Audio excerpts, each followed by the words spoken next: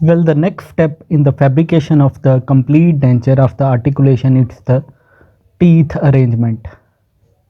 So before the teeth arrangement, the teeth should be selected. Now, what are the objectives in the teeth selection?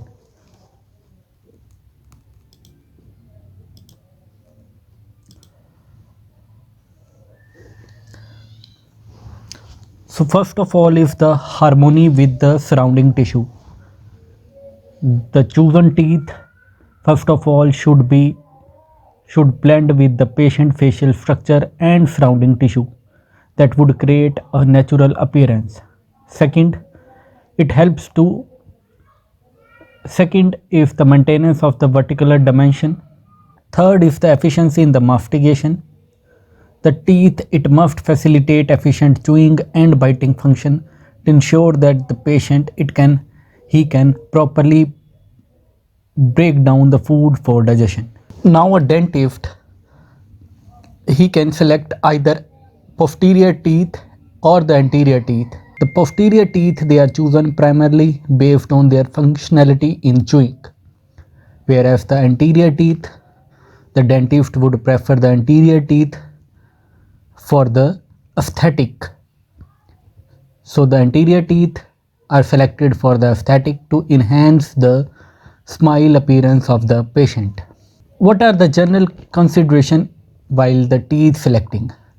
First of all, the important is the patient positioning. So a dentist ensure that the patient, he is comfortably seated upright with relaxed facial muscles. So important is relaxed facial muscles. That is important for evaluating how the teeth they will fit naturally. The second important thing is operator positioning as well as lighting. So which lighting is preferred? Generally natural daylight, neon or fluorescent light, it is preferred. It is essential for accurately assessing the tooth shade, form and the overall appearance. Now what are the factors that we choose to for the anterior teeth selection? So we consider factors like the shape, size, color as well as form. Now let us discuss them all one by one.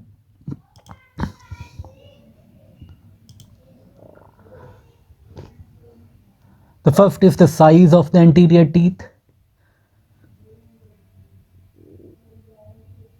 So the following method a dentist use to guide to select the size of the teeth. The first is the method using the pre-extraction records. So here the pre-extraction records like the diagnostic cast, number 1, number 2 photograph, number 3 radiograph, number 4 teeth of the closely relatives and preserved. Extracted teeth can be used to determine the size of the artificial teeth.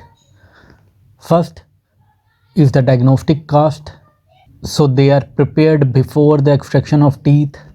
So the operator, he can get an idea about size and shape of the teeth from this cast. Second is the pre-extraction photograph. Photograph showing the lateral anterior view of the patient should be taken before the extraction. So these photographs, they must show the incisal edges of the anterior teeth. So that helps to determine the exact width and the outline of the teeth. The third, the best method is to collect the preserved extracted tooth. So that is the best method to determine the size of the anterior tooth. So the exact details about the size contour can be recorded by this method. Other methods are the anthropological measurement of the patient. So anthropological measurement are usually post-extraction records that are made from the edentulous patient. What are those? Let us discuss them. The first is anthrometric cephalic index. So here the transverse circumference of the head. So this this circumference, as shown in the diagram, it is measured using a measuring tape at the level of the forehead. So that the width of the upper central incisors, it can be calculated by the formula. The total width of the upper anterior is, it is calculated by dividing the circumference of head. So this one is the circumference of the head divided by 13. Other thing that we can use is the bizygomatic width. Now what is bizygomatic width? So bizygomatic width, it is defined as the distance measured between the malar process on the either side. So suppose these are the malar prominence, and the distance measured between the malar prominence on the both side, that would determine the bizygomatic width. Now the width of the upper anterior tooth, it can be calculated by the formula, that is bizygomatic width divided by 3.36. so that's the formula. The width of mandibular anterior teeth is 4/5 of the upper anterior. Other is the Berry biometric index. So here the width as well as the length of the face can be used to derive the width of the central incisors. So the width of central incisors, they can be calculated by using two things. One is the bizygomatic width and other is the length of the face. So the formula is the width of the maxillary central incisors. It can be calculated by the bizygomatic width divided by 16, and width of the maxillary central incisors. If you know the length, it can be calculated by dividing length of face by 20. So if you know the bizygomatic width, that would be divided by 16, that would give idea of the width of maxillary central incisors. And if you know the length of face, then the width, it is calculated by length of the face divided by 20. The other is the Pond's formula. So Pond's he derived two formulas that are used to determine the width and length of the central incisors using the bizygomatic width. The width of the maxillary central incisors, it is calculated by formula bizygomatic width divided by 16, and length, it is measured by length of face divided by 16. Now what are the other things that we can use to calculate? Other things that we can use is based on the width of nose.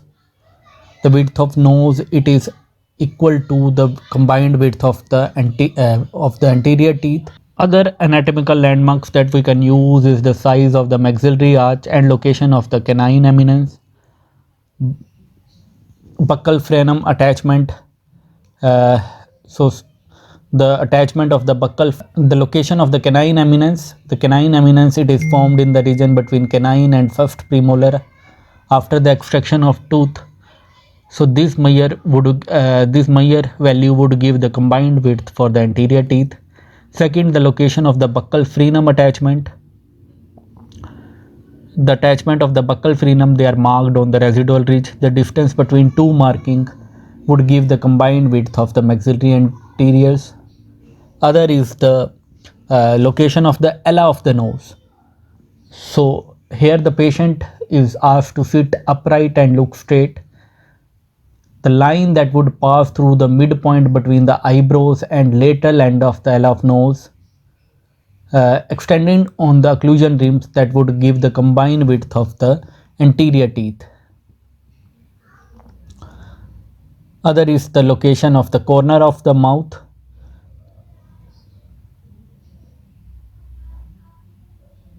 So the corner of mouth, it marks the distal end of the canine.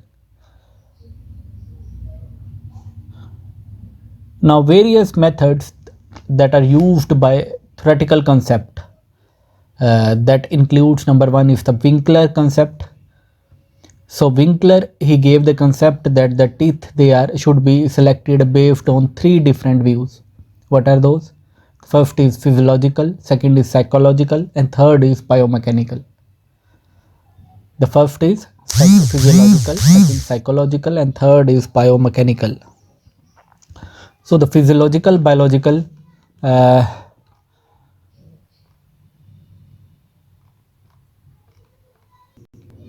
so this view, it will focus on the natural aspect of the patient physiology and biology, that consider number one, the facial musculature and aesthetics.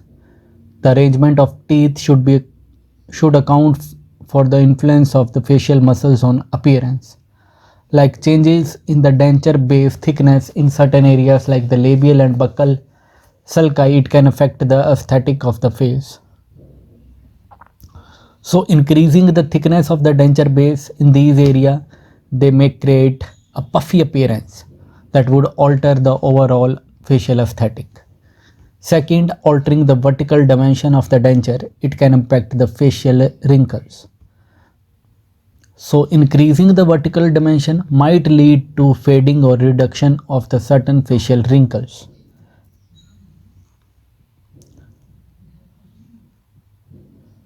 Third is evaluation of the perioral tissue. The dentist, he should assess the perioral tissues, that is the tissue that surrounds the mouth, to understand their contour, shape, and how the arrangement of teeth might affect these tissues. The second is psychological perspective. Patient self-evaluation affect their smile. Someone with positive self-evaluation, they tend to exhibit a broad smile, while someone with a negative self-evaluation, they may have a closed or tight-lipped smile. So this different smile can influence how the teeth should be arranged in denture to create a natural and comfortable appearance for the patient. The second is camphor line, that is used in a psychological plane. So the camphor line, we know it's also known as facial axil line. So that is imaginary line that passes through the specific facial landmark. The first is the tragus of the ear, that is a small point eminence of the external ear, and second is the ala of nose. So the ala of nose is wing-like outer part of the nostril. So the camphor line, it extends from the lower border of tragus of ear to the ala of the nose. So remember, in patient experiencing happiness or positivity, this camphor line, it appears elevated or positioned in more upward direction, whereas patient who are depressed, the camphor line may be observed as tilted downward or positioned differently. The third is the biomechanical perspective. Here, the placement of teeth, they are important. The teeth placement should consider the functional balance within the oral cavity. Instead of setting the teeth strictly on the outer or the inner side of ridge, they should be arranged within the neutral zone. So this zone represents the equilibrium between the buccal and the lingual musculature. So the teeth should be arranged within which zone? Neutral zone. The third typical form that is important is theory by Williams. So this theory, it helps to determine the size and form of the anterior teeth. According to him, the shape of teeth, it should be inverse of the shape of the face. So if the face, it tapers downward, the teeth should taper upward. However, in the Steen, he opposed this concept.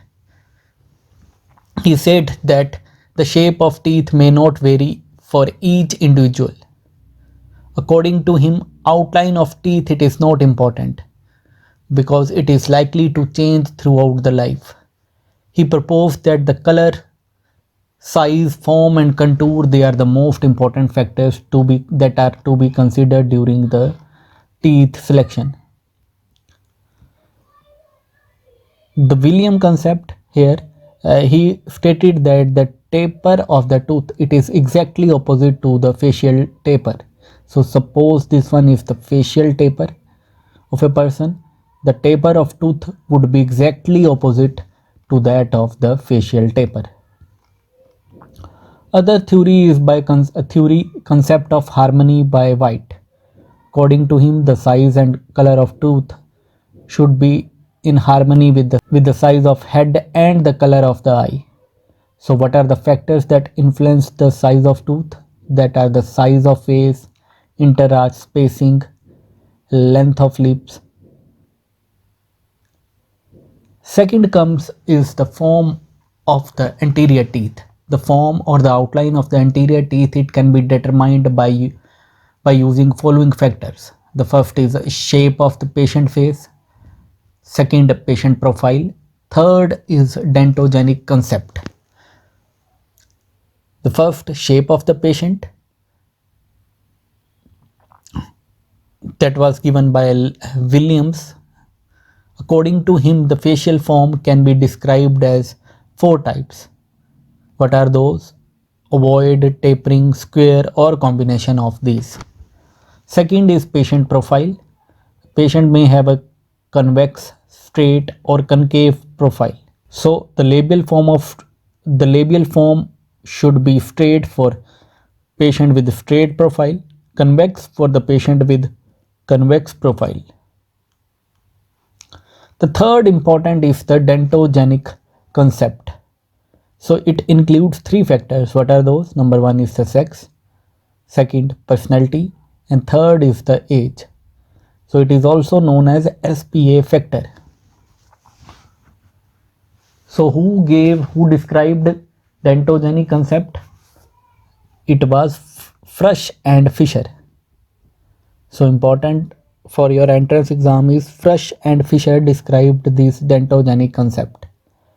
So according to him, the three factors that matters: sex, personality, and the age. The first is the sex.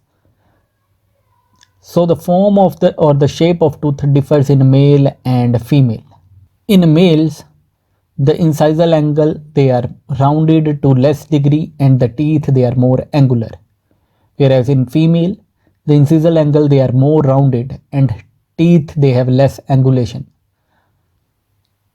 For males, the incisal edge of the central incisor, it should be parallel to lips, and the latals, they are above the occlusion plane. But for the females, the incisal edge and the incisal edge of the central and the lateral incisor, they follow the curve of the lower lip in the female. In males, the mesial end of the lateral, they are hidden by the central. So that makes the canine very prominent in the male.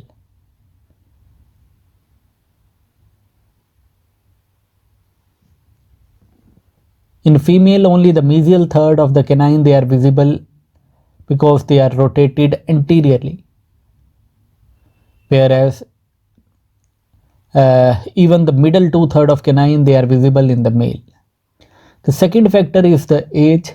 The age of patient, it is important in the teeth selection.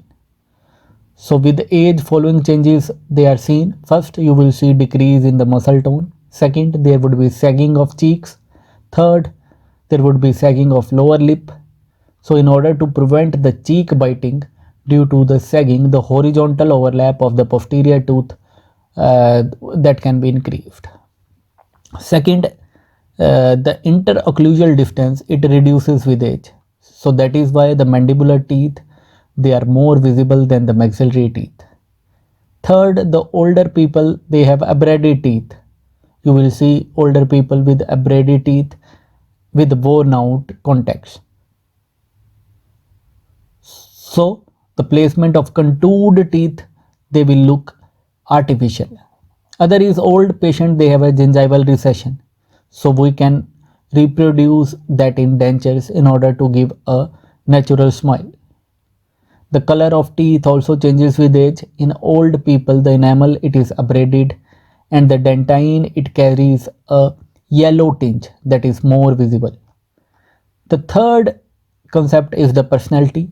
The dentist should select and arrange the teeth so that it improves the patient personality. So individual who exude vigor more squarish and larger teeth they are often selected. So these type of teeth they can complement and enhance the appearance of vigorous personality. Second is executive or the professional individual.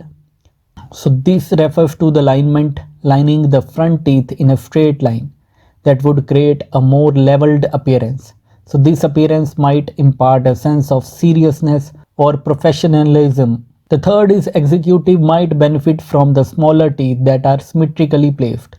So this arrangement can contribute to more refined and balanced appearance that is suitable for the professional roles.